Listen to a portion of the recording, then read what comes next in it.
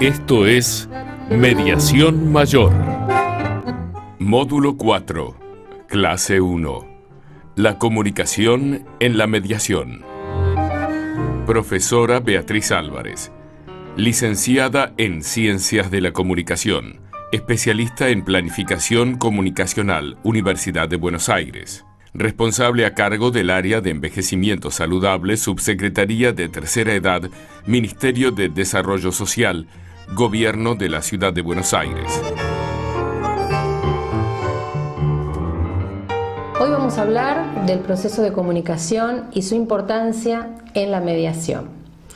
Para esto decidí que era importante tomar el concepto de comunicación, aunque sea en un concepto bien sencillo, poco profundo. Una de las definiciones más simples, y es la definición que arma el proceso de comunicación, donde se contempla que hay un emisor, un mensaje, un receptor y un código. Un código que debe ser un código común. Es importante hablar del código porque un mediador debe tener presente que tiene que compartir de alguna manera el código con aquellas personas con las que está tratando de intervenir en una mediación. Este código tiene que ver con las competencias comunicacionales de cada uno de los sujetos. Nosotros sabemos que cuando hay comunicación hay conflicto. Ustedes ya deben haber visto esto en otras clases. Ahora bien, para afrontar este conflicto desde lo comunicacional, hay que tener presente que cada sujeto no tiene las mismas capacidades, las mismas habilidades para poder comunicarse. Y hay que tener presente como mediador que las partes están en ese momento con una competencia emocional quizás disminuida. No pueden tener a flor de piel todas sus habilidades comunicacionales. Y es el mediador el que tiene que tener presente que tiene que estar todo lo calmado posible y echar mano a todas sus habilidades, y en él se centra esa responsabilidad. Es difícil para nosotros como mediadores poder decodificar la situación por la cual están pasando las partes, pero tenemos que intentarlo. Tenemos que intentar sensibilizarnos ante la situación y poder comprender que somos nosotros los que tenemos que poner el granito de arena para aclarar cuando oscurece, para aclarar cuando la situación hay ruido, cuando hay ruido en el canal de comunicación. Como en una radio, cuando uno escucha ese ruido de fondo y no puede entender bien qué es lo que está pasando, bueno, cuando hay un conflicto, las dos partes se comunican con ruido. Y es la tarea del mediador tratar de decodificar ese mensaje para que se pueda llegar a un entendimiento mutuo. Por eso es tan importante la comunicación en estos procesos y por eso es tan importante sobre todo el rol del mediador. Nosotros no tenemos que olvidar que el mediador se coloca en esa situación por su propio deseo. Desea mediar ante otros. Las partes que están con nosotros llegaron aquí en una situación que no hubieran querido tener que llegar a esta instancia. Gracias a Dios aceptan una mediación, aceptan sentarse a charlar, pero traen un bagaje de emociones que puede llegar a hacer que se les dificulte la relación. Entonces, el mediador tiene que echar mano a toda la competencia comunicacional que ha adquirido a lo largo de toda su vida para poder favorecer el vínculo y ver que se pueda llegar a un entendimiento mutuo. Como vemos en la placa, la comunicación es el efecto de comunicar algo. Y es importante hablar del código común, ese código que tienen que tener las partes. Como mediadores tenemos que saber que las diferentes generaciones tienen códigos diferentes y que vamos a tener que tratar de buscar en el discurso de cada una de las partes elementos que puedan llegar a ser comunes. Seleccionar lo positivo y seleccionar los elementos de código común. Quizás a ustedes les parezca que es demasiado pedir, pero es nuestra tarea. Nosotros tenemos que tratar de decodificar ese discurso y ver si estamos entre partes que tienen una diferencia generacional muy importante o una diferencia cultural muy importante. Somos nosotros los que tenemos que, a través de los recursos lingüísticos de los que ya vamos a hablar más adelante, buscar la manera de lograr un entendimiento. En este proceso, entonces, tenemos que hacer eje en dos cuestiones. Por un lado, las capacidades mías como mediador, y por otro lado, las capacidades de los sujetos que intervienen, o sea, de las partes. Esos son los dos ejes a los que tenemos que tener en cuenta en esta clase. Para poder propiciar una comunicación fluida, vamos a tener que tratar de analizar nuestras conductas. Primero, la conducta del mediador. ¿Cómo me acerco yo a esta mediación? ¿Cómo miro a las partes? Queriendo o no, uno está en el lugar del saber. Uno está en el lugar del poder. Porque el resto se acerca a tratar de conseguir de uno una unión. Entonces, uno tiene que saber ponerse en ese lugar en forma respetuosa. Hay que ser respetuoso de cómo me comunico con el otro. Y es importante mi actitud física, mi actitud verbal, mi tono de voz, mi mirada, cómo me manejo con una y otra parte. La comunicación tiene que ser fluida siempre y cuando yo genere en el otro empatía. Tengo que generar empatía en las dos partes. Nunca debo olvidar eso. Y no tengo que confundir la empatía con lo que es el contagio emocional. No tengo que ponerme en el lugar de la parte y sentir como él. Tengo que poder elaborar, tengo que poder pensar, tengo que poner distancia para poder yo comprender lo que están diciendo sin contagiarme de su efecto emocional. Y como van a ver en la placa, hay algunos elementos que deberíamos tomar en cuenta para poder llevar esa comunicación en la mediación de forma eficaz. La primera es intervenir sin prejuicios. Nuestros dichos no pueden parecer prejuiciosos, nuestras palabras no pueden ser ofensivas. Tenemos que comunicarnos en un tono de voz que sea tranquilo y sobre todo que muestre respeto, respeto por el otro. Tenemos que escuchar activamente. ¿Qué es escuchar activamente?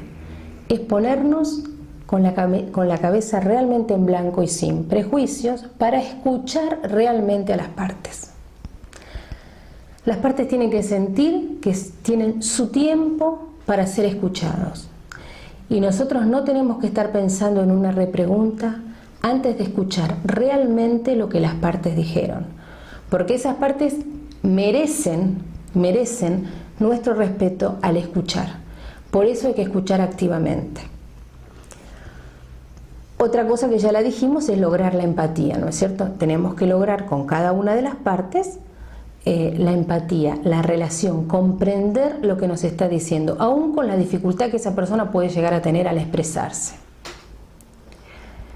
Tenemos que generar una actitud de confianza, y la actitud de confianza se logra en la comunicación no solamente con la palabra, los gestos, la mirada, agarrar la mano, una sonrisa.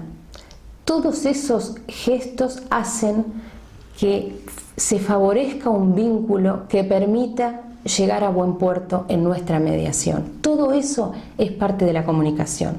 La comunicación no verbal en estos casos es esencial. Es esencial la mirada al otro, el gesto, es esencial. Y como mediadores tenemos que apoyarnos en eso. en eso que es algo que llevamos dentro y que evidentemente si elegimos estar en este rol de mediadores es porque somos gente que le interesa formar empatía con el otro. Nadie nos obligó a estar en este puesto. Entonces, si estamos acá, debemos echar mano a todo eso que conocemos de la rutina de nuestra vida diaria y que hemos echado mano muchas veces en nuestra propia vida. Bueno, ahora hay que hacerlo en forma consciente. Nosotros hemos podido salir adelante de diferentes conflictos por la capacidad que vamos teniendo a lo largo de los años para poder aprender a manejarnos y comunicarnos. Hoy, en el rol que nos compete, tenemos que ser conscientes de eso y no solamente hacerlo en forma natural, sino que planear ante una mediación cómo voy a comunicarme, desde qué lugar, cómo me voy a parar, cómo voy a mirar al otro, qué tengo que buscar con él, qué quiero decirle, cómo quiero que se sienta. Estas cosas se hacen a través de la comunicación. La comunicación humana es la que favorece que nosotros podamos expresar todos estos sentimientos que tenemos. Y si bien estamos haciendo una tarea lo más profesional posible, tenemos que saber que nuestros gestos, nuestras miradas, nuestras sonrisas van a impactar en alguna forma positiva o negativa en el otro. Y por último, uno de los elementos más importantes a tener en cuenta es echar mano a nuestros recursos lingüísticos. Por ejemplo, el parafraseo. Nosotros tenemos que saber que cuando estamos mediando entre dos individuos, muchas veces hablan de lo mismo y están tan ofuscados que ni siquiera se dan cuenta. No se dan cuenta que dicen lo mismo y siguen distanciados. Utilizando el parafraseo, nosotros lo que podemos lograr es decir lo mismo pero de otra manera. Si nosotros vislumbramos que la competencia cultural de las personas que están en esta mediación amerita que nosotros elevemos el discurso o lo hagamos más llano para poder lograr que se comprendan entre sí, es a esos recursos a los que tenemos que echar mano nosotros. Por ejemplo, ejemplificar. Una de las partes hace un comentario y la otra no lo entiende. Bueno, nosotros podemos echar mano ahí del recurso del ejemplo.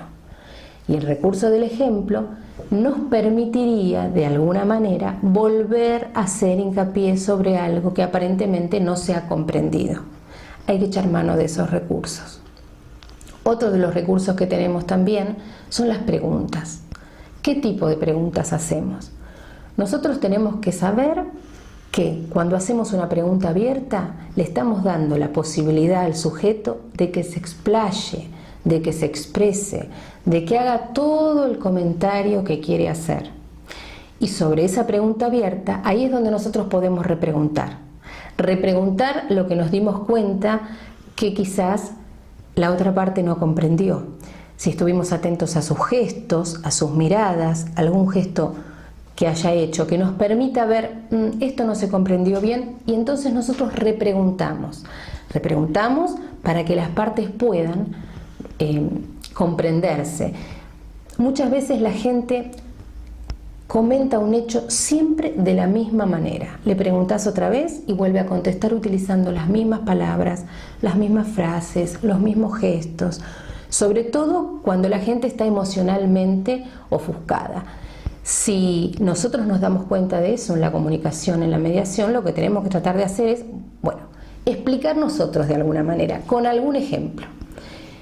Y tratar de ver si con ese ejemplo nuestro o con esa repregunta podemos lograr que haya un discurso distinto y que la otra parte pueda llegar a comprender. Otro de los casos es cuando necesitamos hacer preguntas cerradas. Las preguntas cerradas son elementales porque llegado un momento de la mediación, uno tiene que llegar a definiciones. Muchas veces las partes dudan en dar una definición, por sí, por no, lo voy a pensar, puede ser, que las respuestas sean concretas. Somos nosotros los que tenemos que ir evaluando en qué momento de la conversación se hacen preguntas abiertas y en qué momento de la conversación se hacen preguntas cerradas. Esto nos va a facilitar que, cerrada la conversación, las partes se vayan, por lo menos dentro de lo que se puede, con la misma idea de qué fue lo que se habló y a qué punto se llegó. Entonces, si nosotros vemos que hay algunas dudas, pues repreguntamos a último momento. Un ejemplo de pregunta abierta podría ser: ¿cómo se siente usted con esta cuestión? ¿Qué es lo que tiene para agregar? ¿Qué fue lo que realmente ocurrió? Y cada uno obviamente va a dar su versión de la situación. Ahí se explayará, que es la posibilidad que tiene de explayarse, y nosotros, si vemos que se va un poco por las ramas, podemos repreguntar para traer nuevamente al eje de la cuestión y entonces que se siga explayando. ¿Usted está de acuerdo? ¿A usted le parece bien? ¿Estamos de acuerdo todos? Y la respuesta a esas preguntas son respuestas cerradas, por sí o por no. Y esto es muy importante. Pero es importante usarlo en el momento preciso y dejar que la gente hable y se explaye antes, durante su discurso, para poder ver realmente qué es lo que necesitan, qué es lo que quieren decir, que se puedan explayar. Y es importante también que le demos a cada una de las partes el mismo tiempo para lograr esa exposición, que sientan que son escuchados y que sientan que tienen el mismo tiempo. Cuando digo tiempo reloj. Estoy diciendo que una persona se le hace una pregunta y quiere hablar 3 o 4 minutos, que la otra persona se le hace la pregunta y que puede hablar 3 o 4 minutos. Eso lo tenemos que ir viendo nosotros, porque también pasa que en una conversación uno de los sujetos es muy vehemente y habla mucho y el otro es más tímido y se queda sin su tiempo para expresarse, sin su tiempo para comunicarse. Entonces, somos nosotros como mediadores los que tenemos que tratar de ver que cada uno tenga un tiempo razonable como para poder expresarse. Entonces, no al contagio emocional, sí a lograr empatía con el otro, el respeto en el discurso, el respeto con la mirada, eso es fundamental, escuchar activamente, para lograr entonces una comunicación asertiva, una comunicación que termine como uno realmente quiere, con la comprensión de las partes, más allá de que se pueda llegar o no a un acuerdo. Puede llegar la mediación a un resultado por ahí efectivo o no, o se puede llegar al resultado que se pretendía tener. Lo que sí tenemos que tratar de lograr es que la comunicación haya sido al menos positiva, por sí o por no, en el resultado de la mediación. Esto fue Mediación Mayor, un espacio abierto para las entidades de bien público. Visite nuestro sitio www.mediacionmayor.com.ar.